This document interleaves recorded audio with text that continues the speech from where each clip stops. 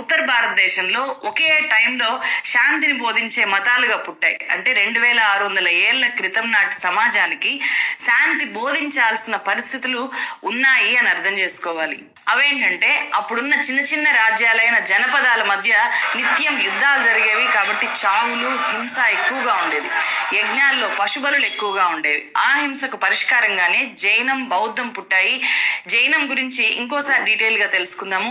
ఇప్పుడు బౌద్ధ మతానికే పరిమితం అవుతాను. ఒకవేళ మీకు రకరకాల మతాలు వాటి ప్రభావాల గురించి తెలుసుకోవాలి అని ఉంటే కనుక వాట్ డస్ యువర్ బాల్యము, పెళ్లి, దుఃఖాల కారణాలు వెతుకుతూ ఇంటి నుంచి వెళ్ళిపోవడము, ఇలా చాలా కథల్ని మనము చిన్నప్పటి నుంచి వింటూ ఉంటాము. కాబట్టి ఆ సమాచారం ఎక్కువ మందికి తెలుసు. అందుకే నేను మళ్ళీ ఈ వీడియో ద్వారా వాటిని అన్నింటినీ చెప్పదలుచుకోలేదు. గౌతమ్ బుద్ధుడికి తల్లిదండ్రులు పెట్టిన పేరు సిద్ధార్థుడు.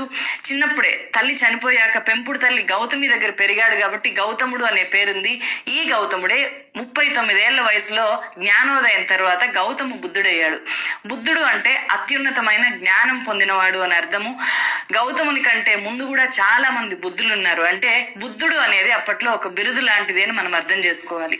మానవుల దుఃఖ విముక్తికి మార్గాలను సూచించి ప్రచారం చేయడం వల్ల ప్రపంచం దృష్టిలో గౌతముడు ఒక్కడే బుద్ధుడయ్యాడు లేదా మహాబుద్ధుడయ్యాడు. అలాగే తథాగతుడు అనే ఇంకో పేరు కూడా బుద్ధుడికి, అంటే ప్రకృతి నియమాల ప్రకారమే నడుచుకునేవాడు అని అర్థం. గౌతమ్ బుద్ధుడికి బోధి వృక్షం కింద జ్ఞానోదయం అయింది అంటారు కదా. అసలు ఏంటి జ్ఞానోదయము? మనిషి దుఃఖానికి కారణాలేంటో లోతుగా ఆలోచిస్తూ ధ్యానం చేసిన బుద్ధుడికి కోరికలే మనిషి దుఃఖానికి కారణాలు అని చెప్పి, స్వర్గ నరకాలు, దేవుడు, దయ్యం లాంటివేవి లేవు అని చెప్పి తెలిసింది. మనిషి దుఃఖాలను దూరం చేసే అతీత శక్తులేవి కూడా ఉండవు అని చెప్పి బుద్ధుడు తెలుసుకున్నాడు. అదే జ్ఞానోదయం. ఆ జ్ఞానోదయమే గౌతముడు అనే సిద్ధార్థుని గౌతమ బుద్ధుని చేసింది. అంటే బుద్ధుడు ఒక యథార్థవాది, ప్రాక్టికల్ మ్యాన్. కార్యకారణ సంబంధాలతోనే సృష్టి నడుస్తోంది అని సుదీర్ఘ తపస్సుతో, ధ్యానంతో 2600 సంవత్సరాల క్రితం తెలుసుకున్న ఫస్ట్ సోషల్ సైంటిస్ట్. ఆయన సిద్ధాంతాలు నమ్మి బుద్ధుడి మార్గంలో నడిచిన వాళ్ళే బౌద్ధులు, బుద్ధిస్టులు అయ్యారు. బౌద్ధ మతాన్ని బోధించే వాళ్ళు బుద్ధిస్టు మాంగ్స్ అయ్యారు, బౌద్ధ సన్యాసులు అయ్యారు. ఏంటి బుద్ధుడి బోధనలు? గౌతమ బుద్ధుడు బోధించాడే తప్ప ఏ గ్రంథము రాయలేదు.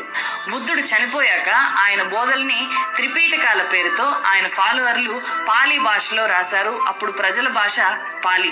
మనిషి కష్టాలు తీరి దుఃఖం పోవాలి అంటే, ప్రశాంతంగా జీవించాలి అంటే త్రిరత్నాలు, చతురార్య సత్యాలు, పంచశీల, అష్టాంగ మార్గాలు పాటించాలి అని చెప్పి బుద్ధుడు చెప్పాడు అని ఈ త్రిపీఠకాల్లో ఉంది.